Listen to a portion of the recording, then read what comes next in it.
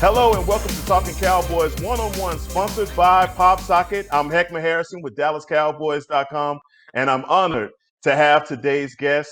He is one of the greatest players to ever play the game of football. I call him my uncle. He's a four-time champ as a player, two-time champ as a scout, 10-time Pro Bowler, five-time All-Pro, three-time second-team All-Pro, Rookie of the Year, two-time Defensive Player of the Year. Man, this just gives me chills just to say all this about you. My uncle, Mean Joe Greene. Thank you for joining me, Unc.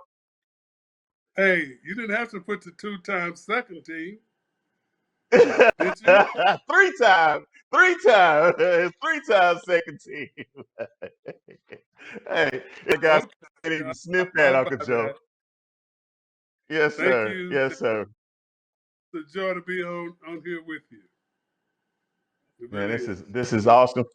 This is awesome for me, and I can, of all the hundreds of conversations that I've had with you about football, this is going to be the first one that's ever been recorded. I recorded some that we were talking. You didn't know it though. Come on now, Uncle Joe. This, we lost you.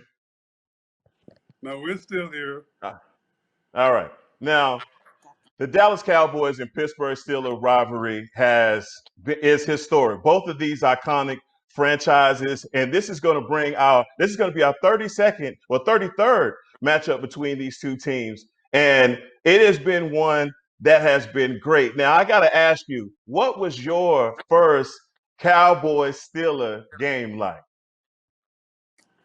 My first Cowboy-Steeler game was in Pittsburgh, my rookie year we played at Pitt Stadium. That was the college stadium. Mm-hmm. And I think I played against Blaine Nye and Calvin Hill and that tough fullback number 32 you guys had, uh, Walt Garrison. Walt They were Garrison. some tough football team. And I think it was kind of cold that day, and they beat us pretty good. They were, at that time, my rookie year, I don't recall what time of the year we played the Cowboys, but we hadn't won but one ball game, regardless of when we played them, because we only won one. That was the first one. It was tough. It was tough. Now this series goes back 50 years. Uh-oh. No, man. No. All right. You back. You back. Uncle Joe, we got you? I'm here. I'm here. Okay. Now this this rivalry obviously dates back 50 years, but I want to bring it more current to the new era, to Mike McCarthy's era, and this whole talk that you've been hearing around the city and the media about a culture change. That's what he was hired to do, is change the culture here in Dallas. Now, for you guys, as you talked about back in '68 when you were a rookie, changing the culture of the Pittsburgh Steelers from then into what it is now. Who implements that? Is that from the players, from the coaches? How does that standard of excellence get started? Well, it starts from the top with management, then the coaching staff and the players. I recall very vividly when Coach Noel at the time, he was a rookie, so was I, and there were several of us that were rookies, and he gave us some benchmarks that went along with being a successful football team. And he said if we met these benchmarks, we would have a chance to win the game. We wouldn't. It wasn't guaranteed that we would win, but we'd have an opportunity to. Now it took us a while to reach those benchmarks, and for the believability to be ingrained in me and other players.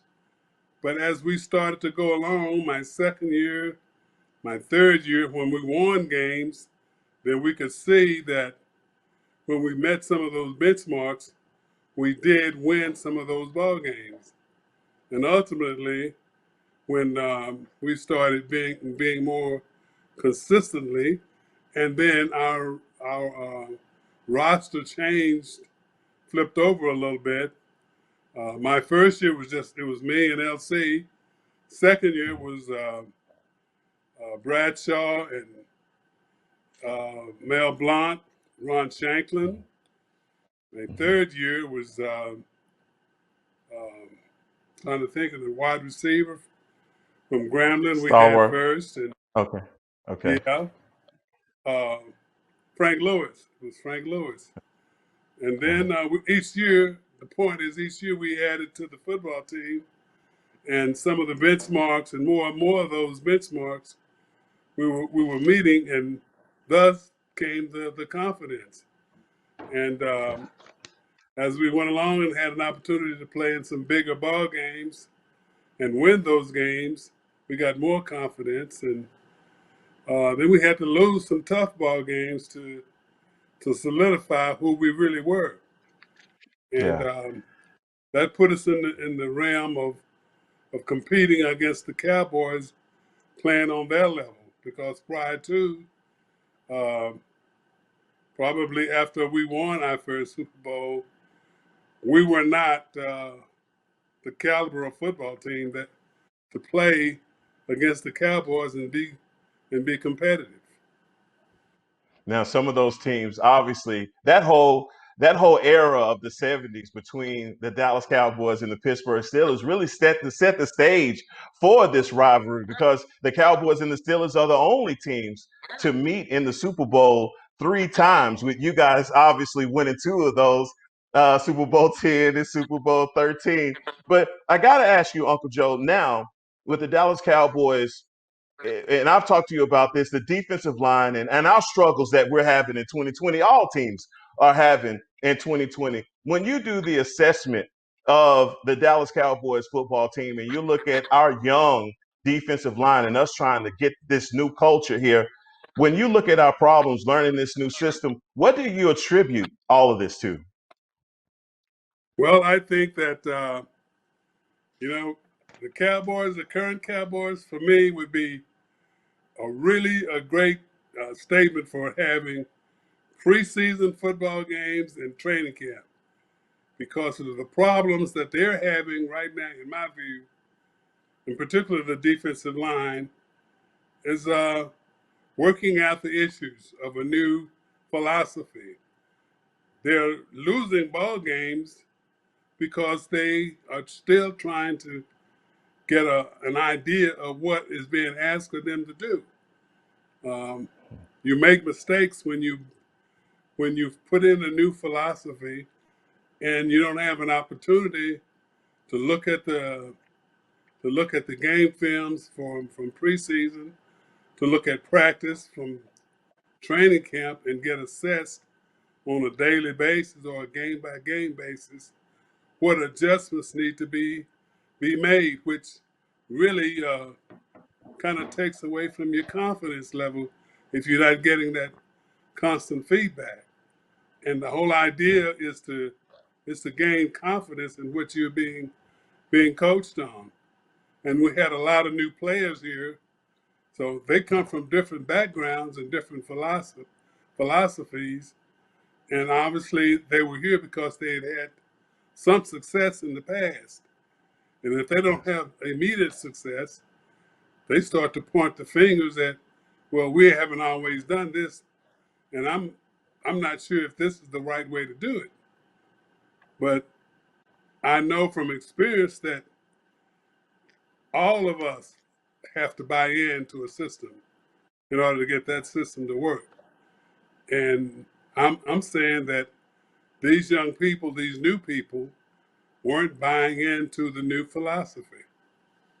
Yes, sir. And I got Uncle Joe for you, the late George Perilous. I got to ask you, you guys invented the slant nose, and that is a technique that worked for years and years. And with teams' philosophies changing and old systems coming and going, has anyone ever called you to inquire about that technique? Hegma, I Yes. want to tell you. uh, we did have a lot of success with that. Yes. And you would expect my phone to be ringing off the hook to find out about that technique. No one, well, I don't want to say no one, but Wow. nearly the amount of people you would expect. It was it was a defense that was born out of trial and error.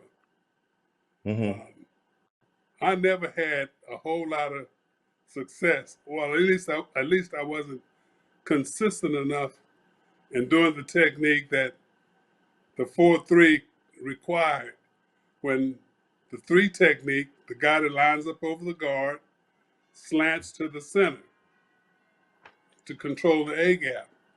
Well, when I did that, that center usually got a reach block on me, got me blocked, and the guard got off on the middle linebacker. And I was so bad at it that I decided, along with the coach, George Pearl, said, why don't we just line up in the doggone thing? And I lined up in it. The middle linebacker made his adjustments to stand over on my near hip. That was my left side in front of the guard. And if the guard blocked on me, Lambert was in the middle linebacker was in the hole.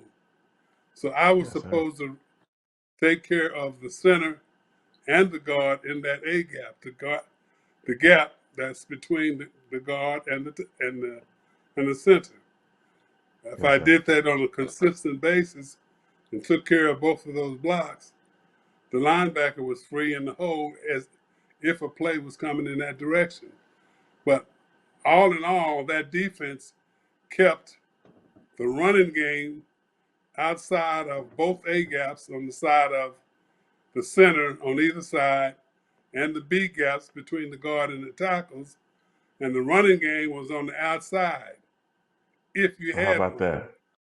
We took There it away is. all of the running, which made it very good for our defense. So, Uncle Joe, what you basically are saying is that you need to start a clinic with that technique so we can stop the RPO offense. Is that what you're saying? I'm so old now, I can't even get down the stance for that. Yes, That's sir. key also is getting in the proper stance. Let me. Last year, this is the defensive line coach talking to you. Last year, Hmm. the defensive line for the Cowboys they were not very big, but they ran to the ball. They did a great job of coming off with the snap, getting to the football, pursuit. This was what we call one gap football. Now they having to play a read and react, which is kind of a two gap. People don't want to say that. That's a bad word, two gap. But you have to Yeah. play it like a two gap. That means you can't play it with a sprinter stance, a narrow stance. You have to widen out a little bit, and you have to attack uh, the blocker and get control of him, and hopefully shed him on a reasonable factor to get to the ball. But it's a little bit slower than what they have been playing. Now I saw them, the defensive line, getting blocked outside of their gap control, letting the offensive linemen to the linebackers. Because I saw the linebackers sitting back there waiting to see what's happening. And when they do that, the double can stay on the front guys, and then they're going to get killed. So you backers got to attack and the defensive line have to also attack their man. Now, Uncle Joe, I've talked to you enough to know that you feel good about your Pittsburgh Steelers and where they are right now, coming into AT&T Stadium. And Ben Roethlisberger has come back successfully from his tragic elbow injury last year. You guys are playing lights out. Mike Tomlin is also looking like Coach of the Year, and you guys have a new guy in Chase Claypool who is looking like the Rookie of the Year. What do you say about this team and how they look starting out of the gate in a year that's been so awkward as 2020? Well, I think it's a plus, obviously, for the coaching staff and for the players to uh, to continue on what they started last year, and with the quarterback picking up where he left off before the injury. They Mhm. have not lost the ball game, as you said, but it's still midseason. What they're doing right now, in my view, is gaining more and more confidence in their abilities of into what they're doing, gaining confidence in what the coaches are asking them to do, and they're getting, as you stated, they're getting a great deal of support from Claypool. He has helped the passing game, in particular, Juju Smith.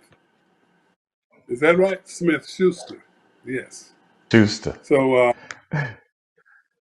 I think they're doing to be 7-0 at midseason. That's a pretty good thing to do, but it's still midseason, and you have to be able to finish. That's the thing in the National Football League. On any given Sunday, anyone can beat you. When you started to pat yourselves on the back and think you're all that, somebody else is gonna hit you in the mouth and knock you on your back. Yes, sir. Uncle Joe, the legacy that the Steel Curtain has left on this team. Um, just going through the names of guys that have played that have been awesome players in the NFL, the Rod Woodsons, the Greenes, the Lloyds, the Hardy Nickersons, all of the guys that have played, the Troy Polamalu. This standard has been set over and over and over again, and guys are trying to emulate it. Now, I know that you said that back you guys had to emulate assimilate to the benchmarks that were put out there for you guys. But how do you continue this legacy of just great defenders? Well, I think it's you have to be lucky and you have to be good, and it has to, again, in my view, the consistent message that you get from the top and through the coaches and the type of guys that they bring in. Um, you named a few people there that I want to say too about the coach, the present coach, Mike Tomlin. His connection, bringing those players to the past, the '70s. He says something like, "The standard is the standard." I mean, he has a way of using his words, and they make sense. That is the standard. That's how we've been connecting these current players and all of those guys through the '80s, '90s, and 2000s to the black and gold Pittsburgh Steelers and what they're all about. The standard is the standard. And the head coach, Mike, brings that up to them on a consistent basis. Not that they were going to be judged by those guys, but this is the standard of the Pittsburgh Steelers. I remember, and Rod Wilson tell me this all the time. When I was coaching with the Steelers, Rod was our number one draft choice, and he was returning kickoffs, well, and punts.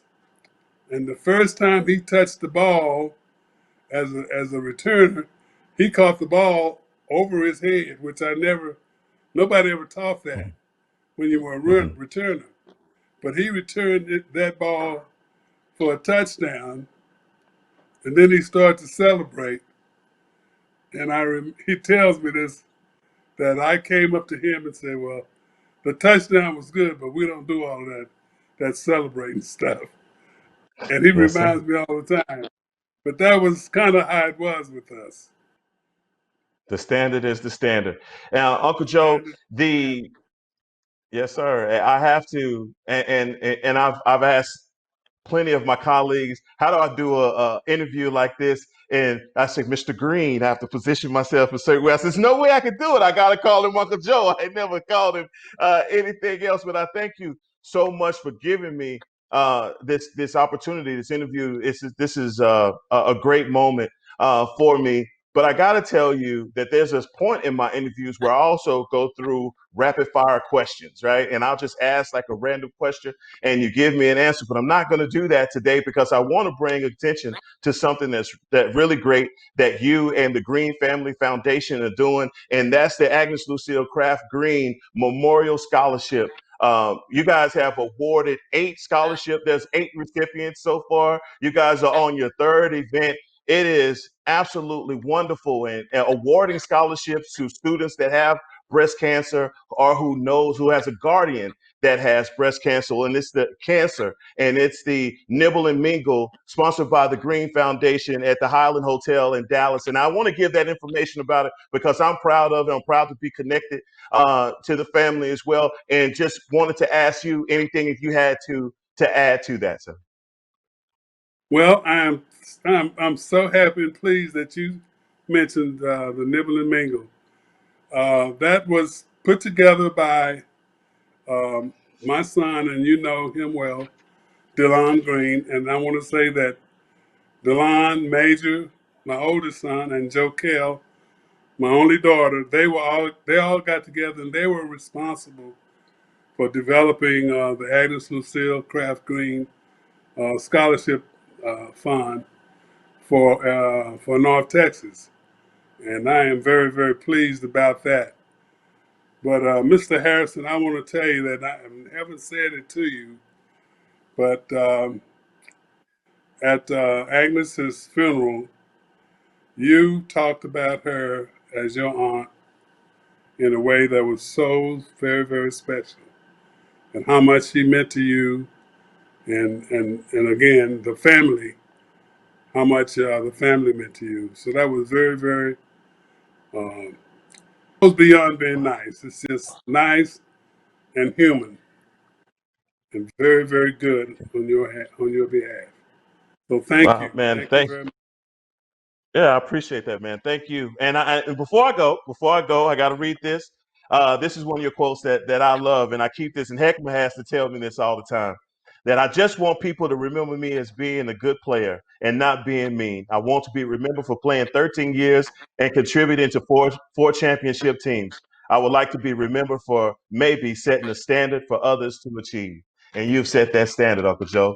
Thank you so much, and thank you to everyone that has joined us today on Talking Cowboys One-on-One, sponsored by This has been PopSocket. a production I'm Heckman of Harrison. We'll see DallasCowboys.com you. and the Dallas Cowboys Football Club. How about this, Cowboys?